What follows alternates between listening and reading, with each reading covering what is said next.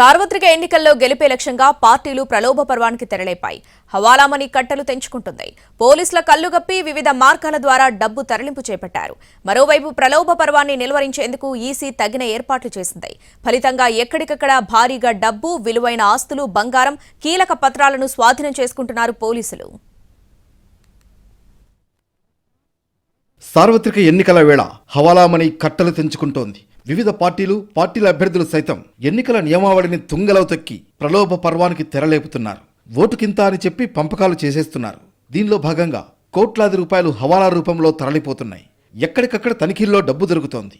ముఖ్యంగా తెలుగు రాష్ట్రాల్లో భారీగా డబ్బును అధికారులు సీజ్ చేస్తున్నారు.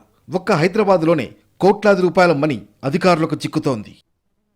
ఎన్నికల వేళ కర్ణాటకలోని బళ్ళారిలో భారీగా నగలు పట్టుబడ్డాయి. 5,60,00,000 రూపాయల నగదు, 3 కిలోల బంగారం, 103 కిలోల వెండి ఆభరణాలను పోలీసులు స్వాధీనం చేసుకున్నారు.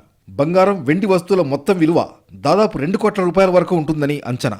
బళ్ళారిలోని బ్రూస్పేట పోలీసులు కంబళి బజార్కు చెందిన నగల వ్యాపారి నరేష్ సోనీకి చెందిన ఇంటిపై దాడి చేశారు. ఆయన ఇంట్లో లెక్కల్లో చూపని నగల్ని గుర్తించారు. నగల వ్యాపారి నరేష్ సోనీపై కేసు నమోదు చేశారు పోలీసులు. హవాలామని, బంగారం, విలువైన ఆభరణాలు తరలిపోకుండా ఈసీ కఠిన చర్యలు తీసుకుంటోంది. రాష్ట్రాలు, జిల్లాల సరిహద్దుల్లో చెక్పోస్టులు ఏర్పాటు చేసింది. ప్రలోభ పర్వంపై కఠిన చర్యలు తీసుకోవాలని కలెక్టర్లు, ఎస్పీలకు ఆదేశాలిచ్చింది. దీంతో పలుచోట్ల పోలీసులు తనిఖీలు చేస్తూ భారీగా హవాలా మనీని స్వాధీనం చేసుకుంటున్నారు.